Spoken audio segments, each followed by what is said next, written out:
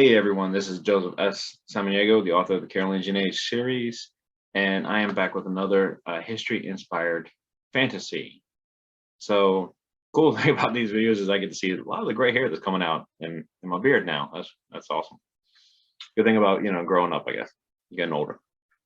So, I've been talking about different things, and when it comes to the history of a lot of the castles, the architecture, what we had in our real world compared to what you see in the fantasy world. So I want to go into that a little bit more today, except this time I'm going to go into a little bit deeper detail of some of the fantasy, especially the big names that you see right now and what they use in theirs. And really right now, the big, obviously with the anniversary edition coming out, the real big name is Skyrim, Elder Scrolls Skyrim. So we're going to talk a little bit about that. With a couple of their examples. They don't have as many examples because they do keep to their fantasy a lot more. But then we do see some examples. So let's go into that real quick. And then we'll look at another very common example that I did touch on previously and kind of see how the two are interlocked. So the first one I want to show you is Falkreath's Longhouse. This is the Jarl's Longhouse that you see in Falkreath. It looks very familiar. The design, it is in a wooded area, so you're going to get, it's going to be made out of wood, out of timber. But look at the design. Look at the different levels. Look at the different roofs that you have, and just look at the layout here. And you see this in several buildings throughout Skyrim, but this one here is very kind of poignant for the point I'm trying to make of its influence. Obviously, people made the point that Skyrim is influenced by Nordic traditions. I mean, they're called the Nords, and one of the traditions of and customs, cultures, and influences of the people of Skyrim is the Norse. So let's take a look real quick, and this is the low-hanging fruit of the video, really. So take a look at this 1883 Stave floor plan.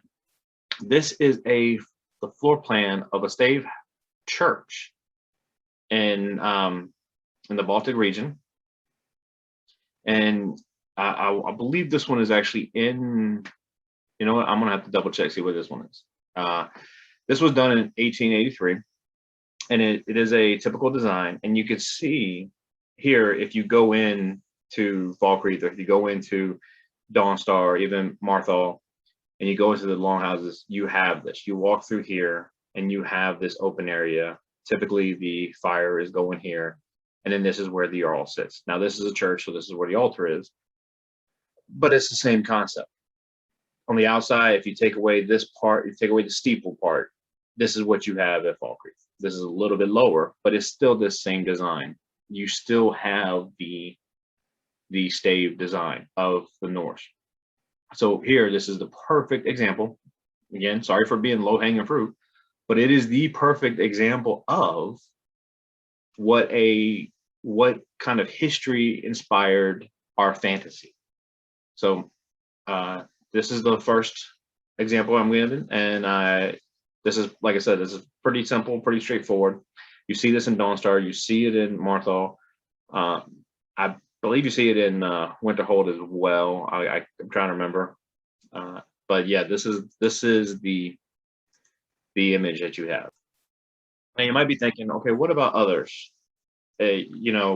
Solitude. What about Solitude? Solitude is this big imperial city, and we know the Imperials are inspired by Roman culture, Roman architecture, Roman designs, but also a few other designs. And you can look at the Blue Palace. And when I first saw the Blue Palace, I was thinking the Romanesque designs of the building, and it kind of is, but it also has some Italian and Southern French Renaissance into it. So let's take a look at that one real quick while we're here.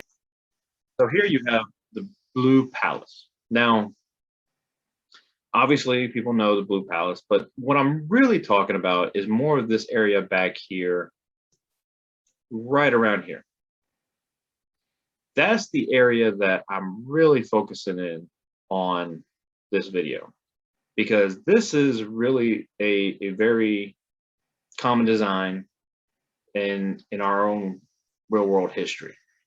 And I'm going to show you real quick. If we look at this, you see the tower, which you saw at the beginning of the other one.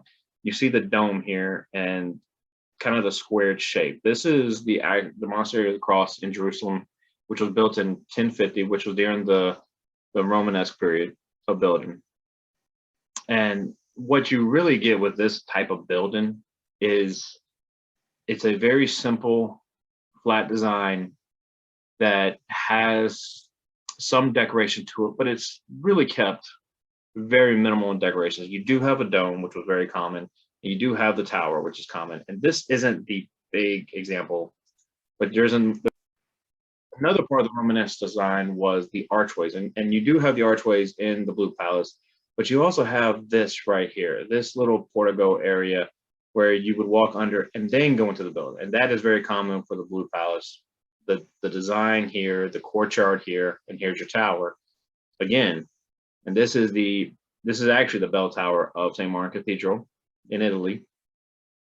But this one to me is great. If you had another wall right here or another kind of apartments complex here of the building, this would be the Blue Palace to me without the blue roof and without the gray stone. Now this is an Italian Renaissance design. So as you can see that the two combine to make what we look at to be the Blue Palace or very close to the Blue Palace.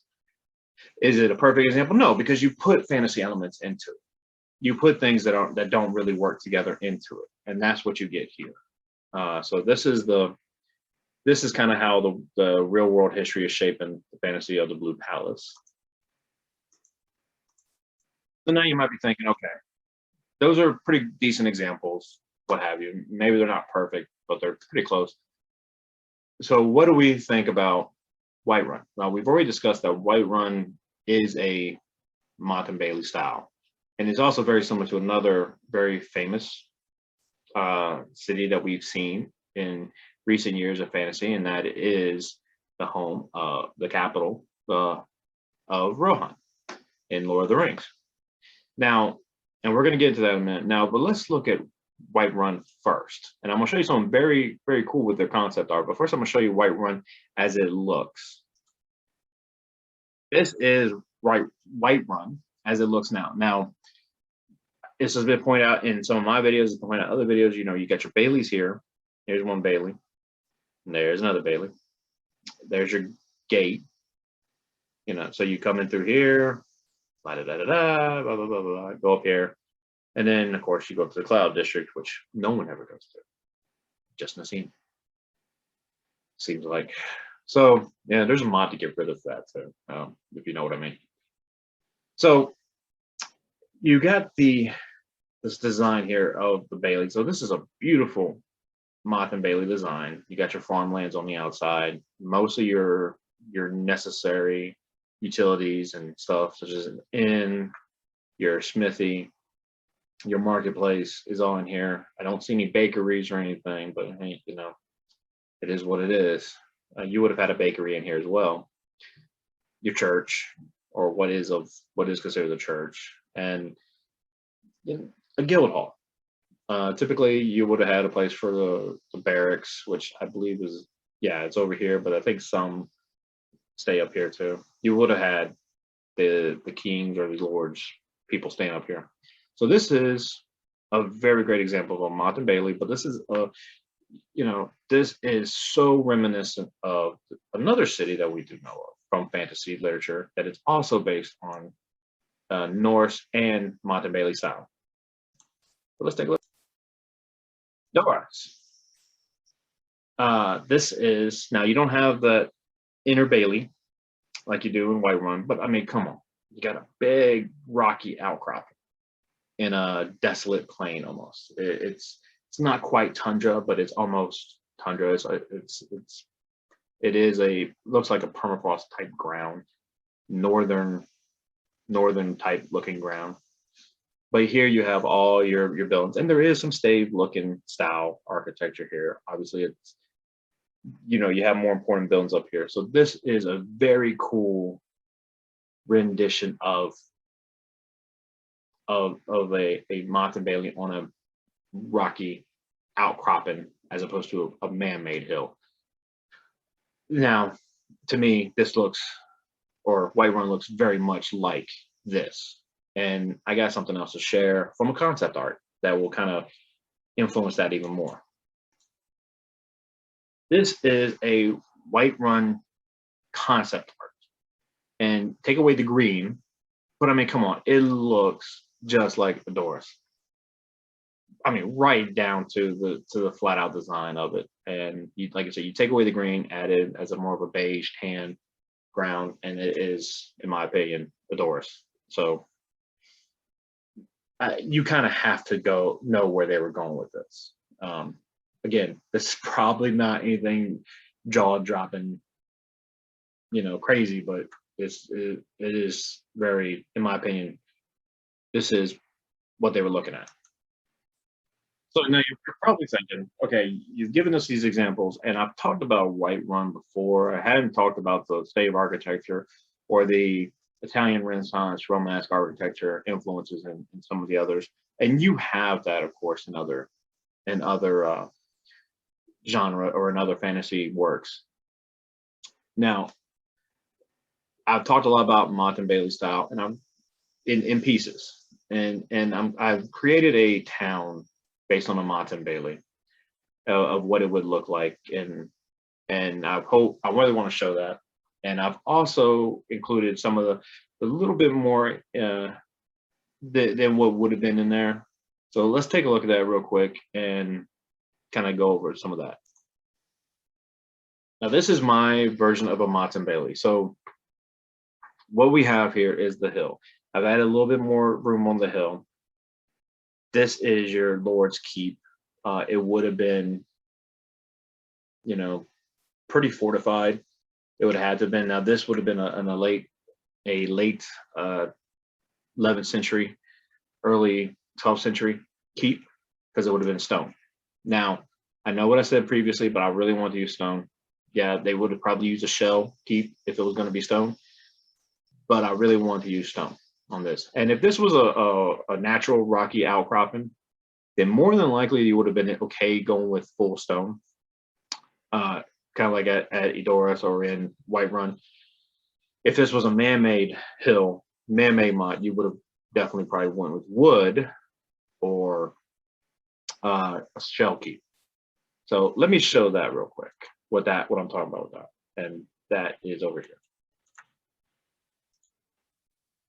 So what you could have had, and this isn't on a mod, but you would have had something like this.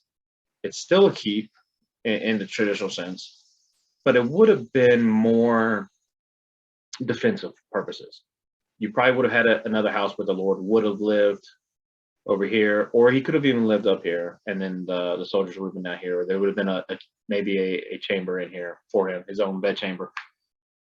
The design would have been different in some cases, but it would have been a timber design, and then they would have used a plaster to make it look like stone. And that was more for cosmetic purposes than anything else. But this would have been a lot of, really common and used in a lot of areas, as opposed to the stone on a man-made mock or a man-made hill. Whereas if it was a natural outcropping, especially if it was a stone outcropping, they probably would have been able to use a full stone structure. So back to my design, we have this. Now we have some extra areas up here. Like I said, these could have been barracks, these could have been storehouses, these could have been various other important buildings with functions. This would have been an arching range because you would have had barracks up here for a lot. Now for the conscripts, you probably would have had an armory up here as well. But for your conscripts, they would have had their own, probably kept their own weapons to some extent within their houses. Now, down here in the this would have been considered an inner bailey. I don't really consider this to be a true inner bailey, but it really kind of is, I guess, in function. I'm using the mountain as well. I did move this, so that's why that's left there. So I probably should have filled that in. But I did use the mountain as well as part of the defensive structure, which is what it was. And so you have your church down here in the lower bailey. You have your living areas for a lot of your citizens. There's an inn, different functional buildings. Here's your forge, your smith. He would have been extremely important. In some cases, he would have been in the inner bailey, maybe not on the same level as the Lord's Hall. Maybe he would have been. You see in Kingdom Come Deliverance, the blacksmith, because as you play as a blacksmith's son, so it's kind of obvious the blacksmith actually is in the inner bailey, yet there's another wall before you get to the main castle. But he is in this inner bailey section with couple other, I think the brewery's in there as well. There's a couple other, something else in there too. You have different, this will be the leather worker. So you would have different functions more or less safeguarded within the walls. And the reason for that would be because if you're ever being sieged, you still have these functions.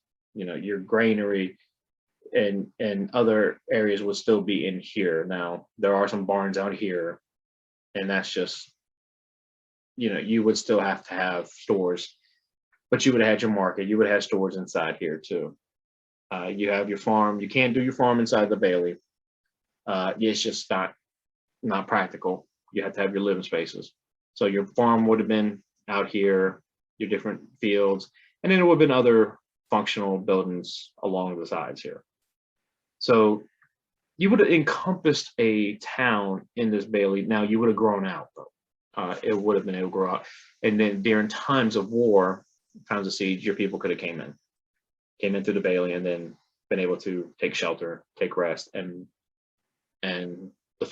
help defend your town, your people.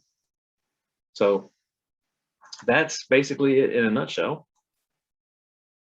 So that's basically the idea behind a lot of these, is that there is a functionality that we want to keep in the history genre. I'm sorry, the fantasy genre. There was a reason why these types of buildings worked and these types of castles and defensive structures were so successful. Is because they were done in a certain way that allowed the people within them to fight off attacks, to survive. And so of course it's going to be used in fantasy genre. There's a lot of fantasy genre that kind of goes off those rails, and that's fine, because there's a point that you kind of have to say, you know, let's suspend reality to an extent. You know, obviously floating castles did not occur in real life. Are they cool to see? Hell yeah, we love them. Can they work in real life? Probably not. But we can figure out ways to make things work in the fantasy genre if we use our imagination, and that's what's so cool about it. But to have this basis of reality in it, and then to suspend it just a little bit, enough to make something else really cool work, is also just a really, really great part of the fantasy genre. So I think we kind of talked enough about the architecture of castles and buildings in the fantasy genre and how they are inspired by history. We can go back into more. If you want to talk more about it, or if you want more examples, please let me know. Put in the comments. I'm happy to do more research on some of that and look at more of that. Now, next time though, I really want to look into the armor. That's always a big thing. I'm going to go into the armor of fantasy. That's a big part of some of my books, and it's a big part of the real world. We know certain armors took place at certain time periods, and we can almost see how they work. It's become part of the fantasy as well. You look at examples of Knight's Tale, a pseudo fantasy story. Great movie by starring Heath Ledger and Mark Addy and many others. the cool thing is that they talk about the armor. How he was wearing armor wasn't made for him. They made new armor for him. His friend who was a blacksmith, Kate, she designed armor for him, and it was a very new style of armor.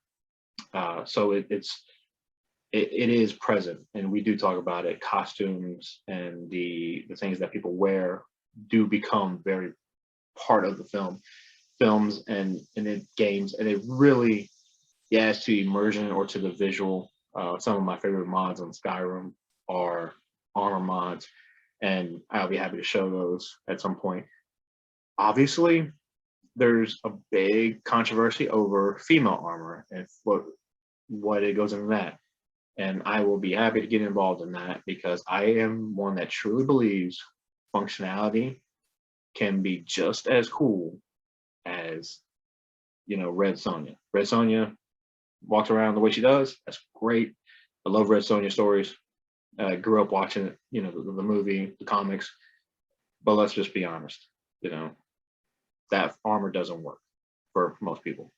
And functionality always trumps looks. It has to. Otherwise, you're not going to survive the battle. So we're going to get into that next time. I don't want to take too much. So please don't forget to like and subscribe. I apologize for my setting. I am actually quarantined right now. So good vibes for me, please. Is what it is, the world we live in. So unfortunately, is what I'm going to have to, how I'm living. So please, good vibes, that I can get back to my normal setting soon, and take care. Don't forget to like and subscribe.